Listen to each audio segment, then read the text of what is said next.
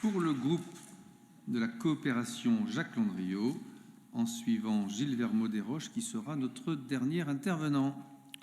Monsieur le Président, chers collègues, les impacts de l'IA sur l'économie, la société et l'environnement s'intensifient.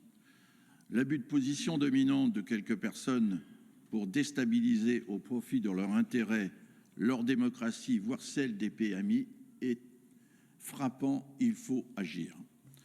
Développer l'IA au service de l'intérêt général pour en faire un outil de puissance face aux attaques contre notre souveraineté et nos valeurs est l'une des ambitions de cet avis qui en trace le chemin.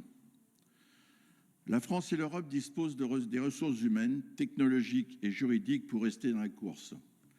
Il sera difficile de combler notre retard dans les infrastructures, mais avec une dose d'ingéniosité et des investissements intelligents sur des segments clés, on peut se rendre essentiel.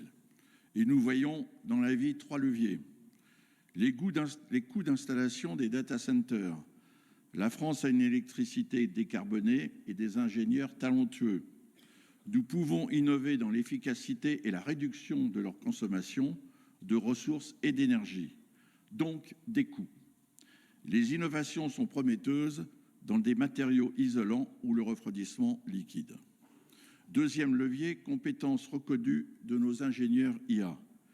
Il faut se spécialiser sur des usages précis, utiles à des secteurs stratégiques, environnement, industrie, agriculture. Troisième levier, données de synthèse, leur potentiel est énorme, tout comme les risques associés. Développer une filière respectueuse des libertés et de l'environnement permettra à la France de maîtriser un maillon essentiel de la chaîne de valeur. Nous voterons bien sûr en faveur de cet avis avec l'espoir qu'il crée une véritable volonté politique pour développer notre propre approche de l'IA. Et merci à la Commission, aux rapporteurs pour cet excellent travail. J'ai oublié le Président, excusez-moi. Merci. Et pour le groupe des entreprises, Gilles Vermaux-Desroches.